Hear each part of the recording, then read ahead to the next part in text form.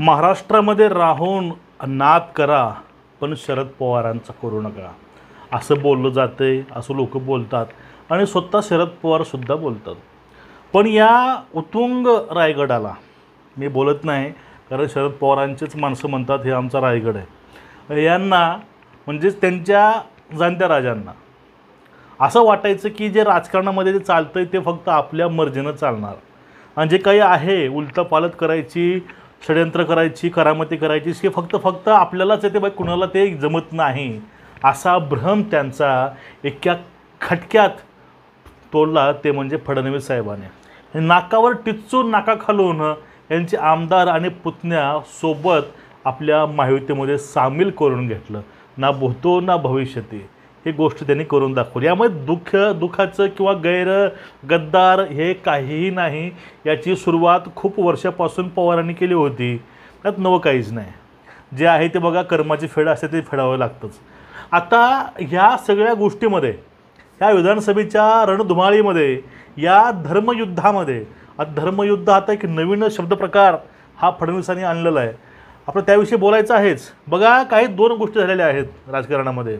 त्यामुळं शरद पवार आणि ही विधानसभा एक दिवस मतदान अगोदर म्हणजे काल, एक दिवस मतदान पुढे होतं त्याच्या आदल्या दिवशी असं काही फडणवीसांनी केलेलं आहे.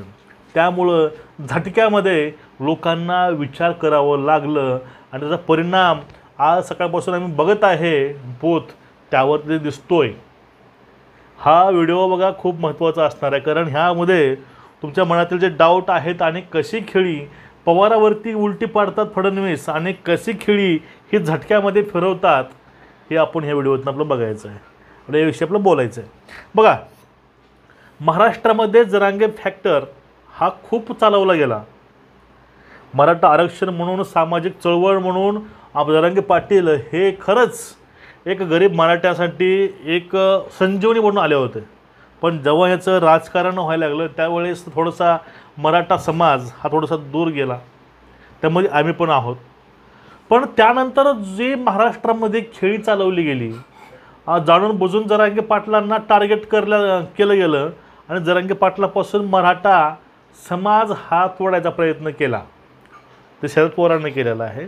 ते पाठीमागं होते आणि परत जरांगे पाटलांचे पितळ उघडं पाडून ते परत त्यातनं त्यांनी एक आपला स्वार्थ साधण्याचा प्रयत्न केला होता. कारण काय, पुढे चालून जर युती आपली आघाडी आली तर आपल्या वाटेमधला काटा हा जरांगे पाटील नको आहे.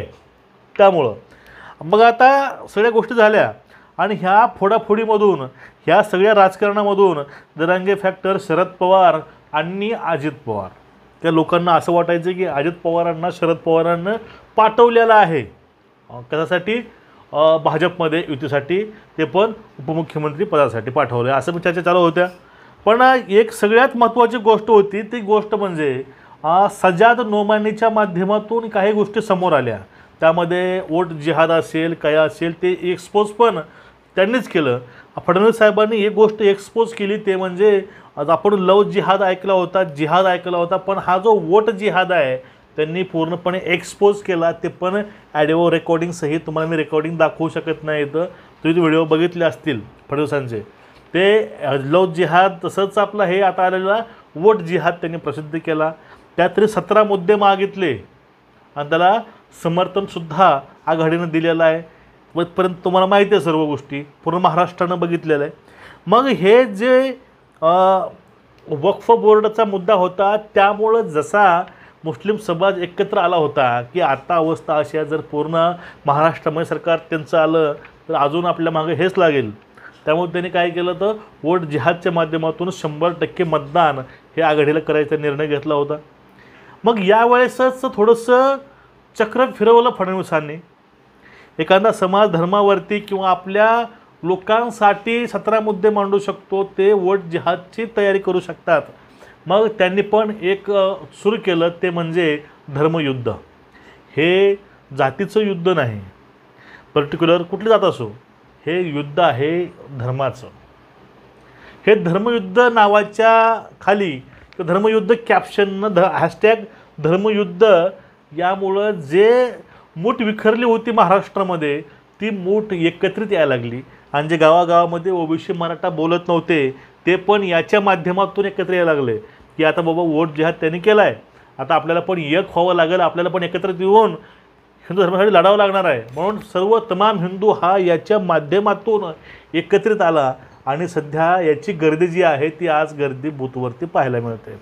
लोक काय म्हणतात, लोकांचं म्हणणं काय आहे हे पाहायला गेलं तर लोक हेच म्हणतात, कारण आमच्याकडे बघा आमच्या एरियामध्ये निजामशाही होती. लातूर उदगीर ह्या पट्ट्यामध्ये निजाम गावागावात फिरायचे, लुटायचे. हे आमच्या जे जे होते पूर्वजांनी बघितलेलं आहे आणि त्यांनी आम्हाला सांगितलेलं आहे.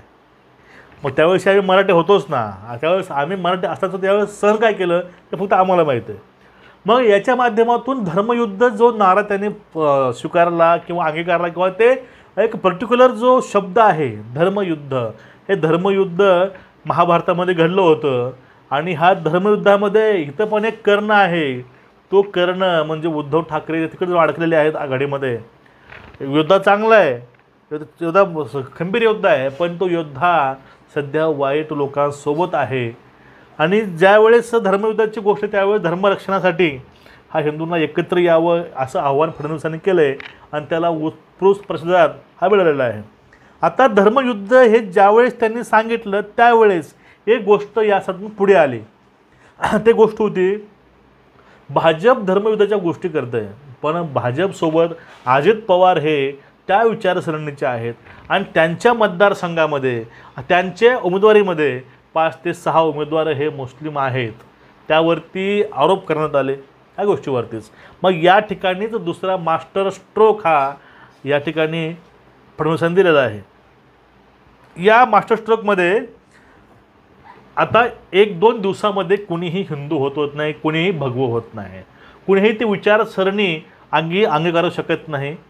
त्याकरता थोडासा वेळ लागतो आणि त्यासाठी आम्ही अजित पवारांना भगवे करू, कुणीही आले तरीही आमचा रंग भगवाच राहील आणि फक्त आज ना उद्या त्यांनाही आम्ही पूर्णपणे भगवे करू असं सूचक वक्तव्य. ह्या वक्तव्यामुळंच जो संशय उभा केला होता अजित पवारांकडे तो ऑटोमॅटिक त्याचा रोख हा पूर्णपणे वळला आहे. जर एक उद्धव ठाकरे साहेबांनी एक गोष्ट बोलली होती ते म्हणजे काय, मी आता 25 वर्ष भाजपसोबत राहिलो होतो पण मी भाजपाचा होऊ शकलो नाही, तर ह्या 2.5 वर्षामध्ये मी आघाडीसोबत आहे, मी त्यांचा काय होईन. ह्याच वाक्यावरून उद्धव साहेबांची विश्वासार्हता पूर्णपणे कमी झाली होती. कारण ते आघाडीला आणि मुस्लिमांना हे वाटायचं की हा माणूस कधी पलटी मारेल गॅरंटी नाही, कारण तो 25 वर्ष त्यासोबत राहिला, त्यांचा होऊ शकला नाही, तो आपला काय होणार, त्याच्या मनामध्ये ही गोष्ट आली होती. म्हणून त्यांनी हे 17 मुद्दे जे मांडलेले ते मुद्दे राष्ट्रवादी आणि काँग्रेससाठी नाही मांडले बाबांनो. हे 17 मुद्दे आहेत, ते 17 मुद्दे उद्धव ठाकरेंसाठी मांडलेले आहेत. कारण काही केलं त्यांनी मागणी नाही केली तर काँग्रेस आणि राष्ट्रवादी ही बिलकुल यांचं समर्थन करणारच, पण उद्धव ठाकरेंची गॅरंटी काय, त्यामुळं हे 17 मुद्दे मांडले होते. आणि त्यामुळंच जे उद्धव ठाकरेंची जी विश्वासार्हता आहे त्यांच्या दृष्टिकोनातून ती काहीच नाही. तसं आपल्याकडे अजित पवार आहेत तसे तिकडे ते होते, पण इकडे अजित पवारावरती साहेबांनी सांगितलं आहे की आम्ही यांनाही भगवे करू, थोडा वेळ लागेल पण आम्ही नक्कीच यांना भगवे करू. कुणीही काही झालं तर आमचा जे भगवा रंग आहे ते हिरावू शकत नाहीत, आमचा भगवा रंग हा कायमचा भगवा राहणार आहे. हे ज्या 2 गोष्टी आहेत धर्मयुद्ध आणि आम्ही यांनाही भगवे करू, यामुळं जो महाराष्ट्रामधील विखुरलेला जो मतदार होता ह्या विखुरलेल्या मतदाराला भलेही त्याने 2 महिने 3 महिने त्यांचे झेंडे घेऊन फिरले असतील, पण या 2 गोष्टीमुळं वारं काहीतरी फिरलं आहे, थोडं वारं फिरलेलं या ठिकाणी आढळून येतं आहे. आणि लोक या ठिकाणी विचार करत आहेत की आपल्याला साथ द्यायचं आहे कोणाला धर्मयुद्धामध्ये, शिवरायांना की औरंगजेबाला. हा विचार याच्या माध्यमातून समोर आलेला आहे. कारण यांचे जे धोरणं होते ते धोरणं किल्ल्यावरती म्हणजे ते उभा करायचे असतील किंवा काही असेल ते फक्त हिंदू विरोधी होते. तरीही आता तुम्ही सगळे बघतात तर अवस्था आपल्यावरती अशी येते, ती मागण्या अशा करतात. आपल्याला यांच्या मागण्या पूर्ण करण्यासाठी आपल्याला यांना वोट करायचे का आघाडीला, असा समज हा प्रत्येक हिंदूमध्ये यावेळेस निर्माण झाला आणि याला पुष्टीसुद्धा त्यांच्याच माध्यमातून मिळाली. ज्या प्रकारे 17 मुद्दे त्यांनी मांडले होते ते यांनी ॲक्सेप्ट पण केले आघाडीनं. मग त्यावेळेस हिंदूंना असं वाटायला लागलं मग आपण वोट यांना काय करायचं. यांनी आपल्याकरता कुठला जाहीरनामा काढला आहे का. आता एवढं मोठं मराठा आरक्षण आहे याविषयी यांनी काही बोललेत का. काहीच नाही बोलले. कुठलंही आपलं आरक्षण आहे धनगर मराठा कुठलंही याविषयी कोणी काहीच नाही बोललं आघाडीचं. फक्त मुस्लिमांना 15% आरक्षण असेल, भरतीमध्ये आरक्षण असेल, काही गोष्टी असेल त्यांच्याविषयी त्यांनी मांडलेल्या आहेत. आणि त्यांच्या मागण्या पूर्ण करण्यासाठी म्हणजे 17 मागण्या पूर्ण करण्याकरता वोट हा आपण करायचा. आता हा कुठला न्याय आहे हा सगळा प्रश्न हिंदूंना पडला. आणि ह्या कारणामुळं हिंदू हा शेवटच्या क्षणी एक झाला. आता याचं जे फळ आहे तुम्हाला हे 23 तारखेला कळणारच आहे नेमकं काय होणार आहे. सध्या अवस्था प्रत्येक मतदारसंघामध्ये हीच आहे. तर कसं 2-3 गोष्टीमुळं कसं वारं बदललं गेलं, कसं वारं फिरलं गेलं हे तुम्हाला मी सांगितलेलं आहे या प्रकारे. आता विषय वरतो मराठ्यांचा. मराठेसुद्धा शिवरायांचं जे नेतृत्व आहे शिवरायांच्या छत्रछायेखाली शिवरायांच्या विचारधारेच्या खाली जे नेतृत्व चाललेलं आहे त्याला नक्कीच मराठे हे एकजुटीनं साथ देतील. आणि पूर्ण जो जातीत विखुरलेला जो समाज आहे तो सुद्धा हिंदुत्वाकरता परत एक वेळेस एकत्र येईल अशी या ठिकाणातून आशा वाटते. पण जो समाज जो गोष्ट शरद पवारांनी केली होती त्यांच्याच भाषेमध्ये, त्यांच्याच शैलीमध्ये, त्यांच्याच करामतीने, तसाच हुशारीनं आणि चाणाक्ष बुद्धीनं शेवटला फडणवीस साहेबांनी ऑटोमॅटिक सगळं वारं फिरवलेलं आहे हे मात्र यातून तुम्हाला सांगू इच्छितो. एक नक्की काम करा, चॅनलला सबस्क्राईब करा, व्हिडिओ शेअर करा आणि एक लाईक करत चला. उद्या भेटूया परत. नमस्कार.